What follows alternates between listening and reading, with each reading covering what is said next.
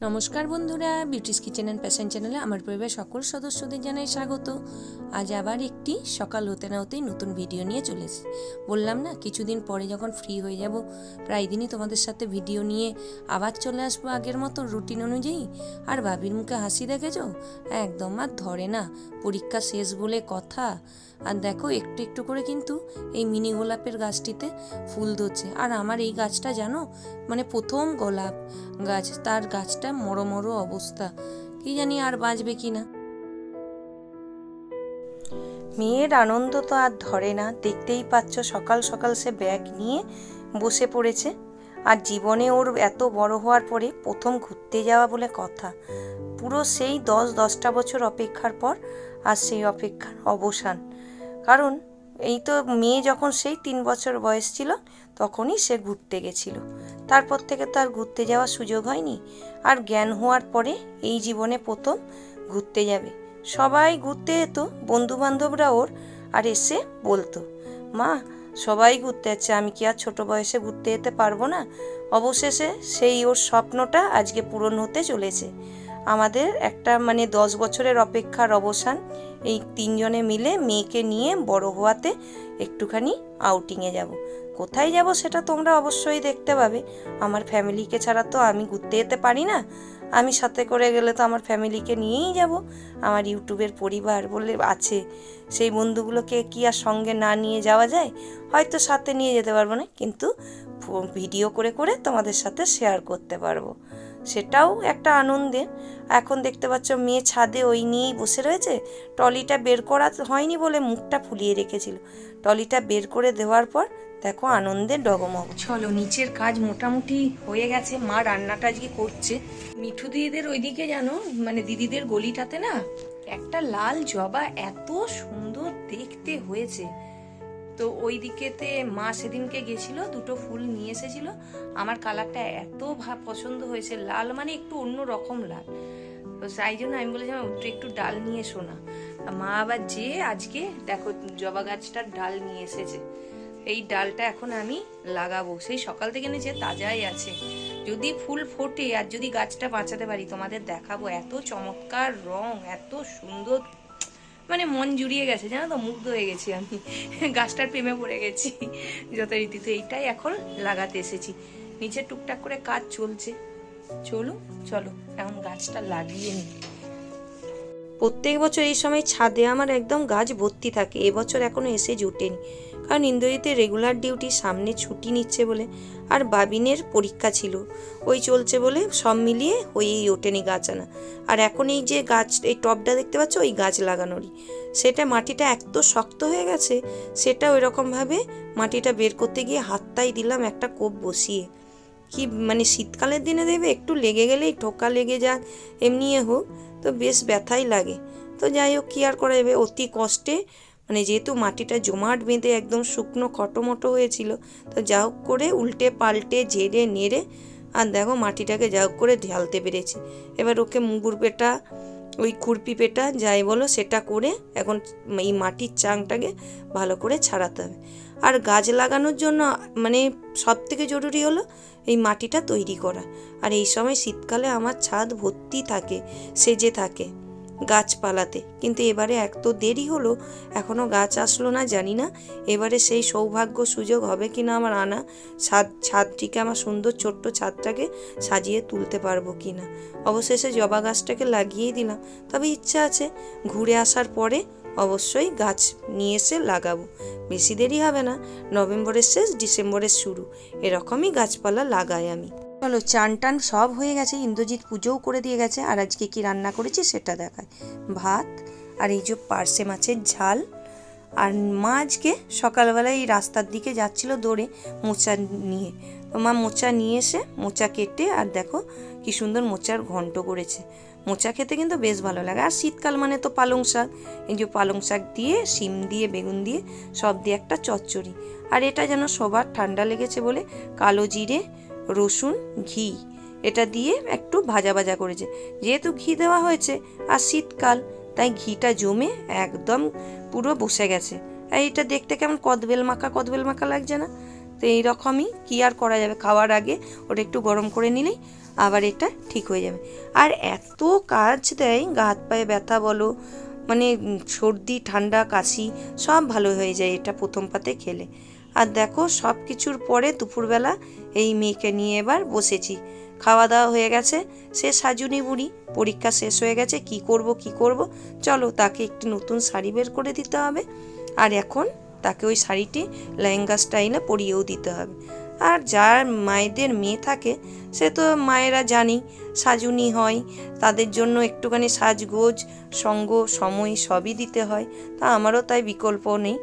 আমার মেয়ে সবাইকে সাজাতে যাও তুমি, আমাকেই একটু সাজিয়ে দাও না কোনো দিন। তাই সুন্দর করে একটু ওকে শাড়িটা পরিয়ে দিলাম। ওকে তো এরকম করে ভুলিয়ে ভালিয়ে এখন রেখে দিয়ে আমি বেরোবো কাজে। একটা মানে একজনের রিসেপশন রয়েছে, তো তারা বাড়ির মানে লোকরা সাজবে। তো সাজবে বলতে বেশি কিছু করবে না, আর একটুখানি করবে মানে হেয়ার স্টাইল আর শাড়ি পরা। দেখো শাড়িটা সব পরিয়ে দিতেই মানে বেজাই খুশি একদম, খুব ভালো লেগেছে তার। বলেছে সামনে বিয়েবাড়ি পড়লে এরকম করে তাকে নাকি শাড়ি পরিয়ে দিতে হবে। তো কেমন লাগছে অবশ্যই সেটা কিন্তু আমাকে জানিও।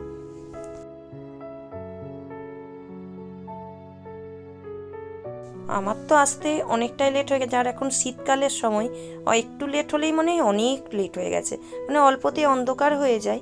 আর এইদিকে দেখো এক কাপ চা নিয়ে বসেছি, আর কেলটি পুরো খেলার মুডে। সে এখন এই মানে ছোটাছুটি লাফালাফি নিয়ে বসে মানে শুরু করে দিয়েছে। তো গুড ইভিনিং বন্ধুরা।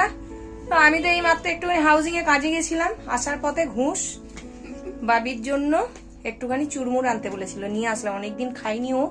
এই দুই বন্ধু বসে আছে, ওদের পরীক্ষা শেষ হয়ে গেছে কালকে, তো দুজনে বসে রয়েছে আর বলে যে শেষ হওয়ার আগে অব্দি বলছিল কখন শেষ হবে কখন শেষ হবে, আর যখন শেষ হয়ে গেছে ওদের নাকি টাইমই কাটছে না, বোর হয়ে যাচ্ছে ওরা।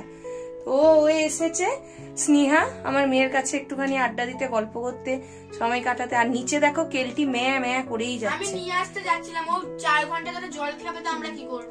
তো আর এই চুরমুর নিয়ে এসে দিয়েছি, এতক্ষণ ধরে একারাই ছিল, মা গেছে মিঠু দিতে বাড়িতে একটু, ওরা এখন দুই বন্ধু মিলে খাচ্ছে চুরমুর।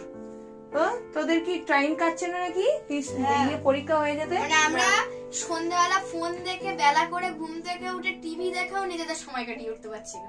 একদম ঠিক। তাহলে আজ চাইবি ছুটি? হ্যাঁ তাও চাই। না আর সময় কাটছে না, আবার ছুটি চাইবে দেখো।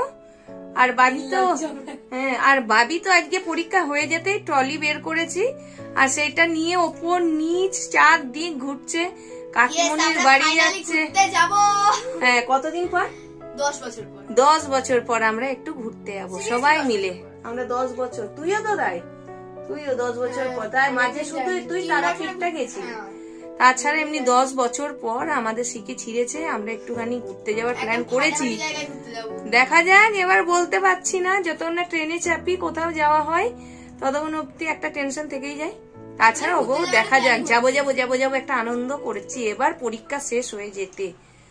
হ্যাঁ দেখা যাক কি হয়, কতদূর কি মানে বলা যায় না, বাকি যখন যা হবে দেখা যাবে, এখন তো আনন্দ করি এই আর কি। সব ব্যাগ বেরিয়ে গেছে, এবার গোছগাছ শুরু হবে। বাবির পরীক্ষার জন্য আটকে ছিল, এতদিন কিচ্ছু করতে পারছিলাম না, ওর পরীক্ষা ও বলেই ছিল মা একদম ব্যাগপত্র বের করবে না।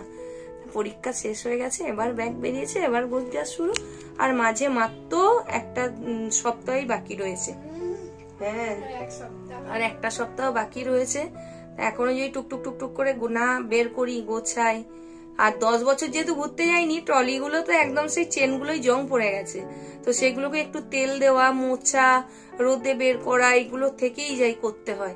আর যেহেতু ঘুরতে যাইনি, সেই ব্যাগের ট্রলির মধ্যে না দুনিয়ার যা ছিল ঢুকিয়ে রেখেছিলাম, জায়গা কম হলে যা হয় ওগুলো কাজে লাগে না বলো, তো ওর মধ্যে ঢুকিয়ে রেখে দিয়েছিলাম। এখন সেই সব টেনে সকালবেলা বের করেছি, করে আর ট্রলিটাকে বের করে কালকে রোদে দেবো মুছে, আর একটু তেল দেবো, এসবগুলো করবো। ঢোকাবো ব্যাগ যদি না ঠিক থাকে, আর জামা কাপড় কোথায় ঢোকাবো বলো? চেন যদি ভাড়াস করে ছিঁড়ে গেল, 10 বছর ইউজ হয়নি, ওটা এমনি পড়ে রয়েছে, যতই যত্ন করা হোক একটা ইউজ করা জিনিস আর তোলা জিনিসের মধ্যে পার্থক্য তো রয়েছে, তখন কি হবে? আর এই দেখো দুই বন্ধু মিলে চুরমুর খাচ্ছে, আর আমি এবার যে রান্না করব। তো চলো এখন টাটা, ওদের কি একটু দেখালাম দুই বন্ধু মিলে কি করছে। এই চলো টাটা, এখন বাকি কাজকর্ম করি, ডিনারের ব্যবস্থা করি, তারপরে আবার তোমাদের সাথে গল্প হবে। স্নেহা তো চলে গেছে, ওর বাবা নিয়ে গেল। আর বললাম না যে কি করব ঘরে সারাক্ষণ শুধু ওই করতে থাকছে। পরীক্ষা হয়ে যেতে যেন সব থেকে হলো বড় ব্যাপার, আমি যেন মুশকিলে পড়ে গেছি। কি করে যে টাইম কাটবে ওর, সেই ব্যবস্থা আমাকে নাকি ঠিক করে দিতে হবে। আর ওই জন্য কি করব কিছু বানিয়ে দাও, কিছু কাজ দাও।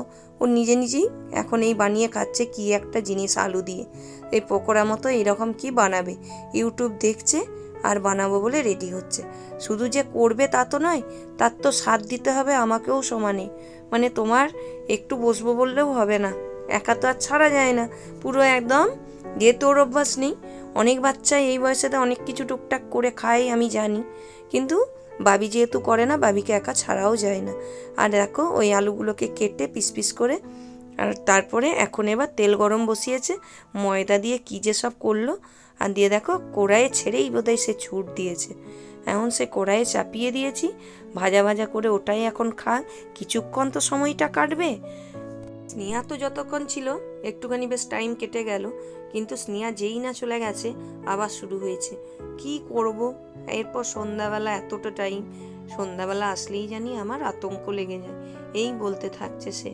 তো এখন এইটাই বললাম, ইউটিউবে দেখ খাবার দাবার কিছু দেখ, দেখে করে আর খা। সে তো আমাকে বলছিল, আমি বললাম আমি পারবো না, তবে তুই নিজে বানিয়ে করে খেতে পারলে খা। কিন্তু সেটি বললে কি আর হবে, তার সঙ্গে সবসময় থাকতে হবে। প্রথমে যখন একবার ডিম ভাজতে গেছিল, তখন সেই ডিমটা মানে বাটিটার থেকে এক ফোঁটা জল তেলে পড়ে গেছিল, চড়পড় করতেই সেই ডিম বাটি সময় ঢেলে দিয়ে কড়াই পালিয়ে গেছিলো জানো। তো তার থেকে অনেকটা এখন একটুখানি করতে পারছে। তবে আমার দেওরের মেয়েটা বলো, আর আমাদের যে দিদি ভাইয়ের মেয়ে মানে জিম্মা, ওরা অনেক কিছু বানিয়ে খেতে পারে। শুধু আমার মেয়েটাই এত কিছু মানে পারে না। তবে একদম যে কিছু পারে না তা নয়, এরকম শখে আহ্লাদে করে টুকটাক কিছু সবই খায়। অবশ্য ওর দোষ নেই, ওকে সেরমভাবে আমাদের ছাড়াও হয় না। তবে আলাদা করে আর শেখানোর কোনো দরকার নেই, সবাই টুকটুক করে করতে করতে ঠিক এরকমভাবেই আস্তে আস্তে মানে শিখেই যায়। আমরাও তো এইভাবেই আস্তে আস্তে শিখে গেছি বলো, তো ওরাও ঠিক শিখে যাবে, পেরে যাবে। সকালটাতে যেটুকু করছে সেটুকুতেই যথেষ্ট, সেটুকুই করুক। আমি বানিয়েছি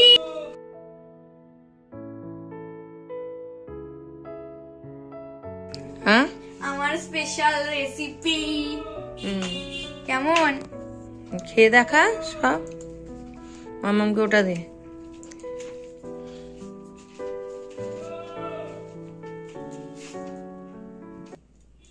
না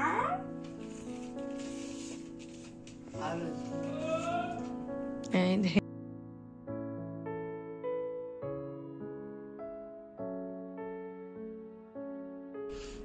কেমন, হেভি হয়েছে, ভালো হয়েছে? নিজের রান্না নিজে নয়, মাম্মামকে রিকোয়েস্ট করো, খুব ভালো হয়েছে। একটা আলুর পকোড়া বানিয়ে ফুল ফ্যামিলিকে খাওয়ানো বাবির হয়ে গেছে একটু একটু একটু করে। তো বাবি তো মানে তৈরি করেই আগে নিজে খেয়ে নিয়েছে, তবে ওর বাবার কি মানে ভাগ্যে হলো না এখনও, তবে বলে যে বাবাকে একদিন অন্য দিন করে খাওয়াবে। তো বাবি ওই নিয়েই এখন নিচে রয়েছে, আমি এখন একটুখানি মেহেন্দি প্র্যাকটিস করছি। আজকের একটুখানি এইটা মানে বসে রয়েছি, তাই করছি প্র্যাকটিস। তো চলো আজকের ভিডিওটা এখানেই শেষ করলাম। যদি ভালো লাগে ভিডিওটা অবশ্যই একটা লাইক, শেয়ার, সাবস্ক্রাইব করে আমার পাশে দেখো। দেখা হবে আবার একটা নতুন ভিডিও নিয়ে। Tata, good night.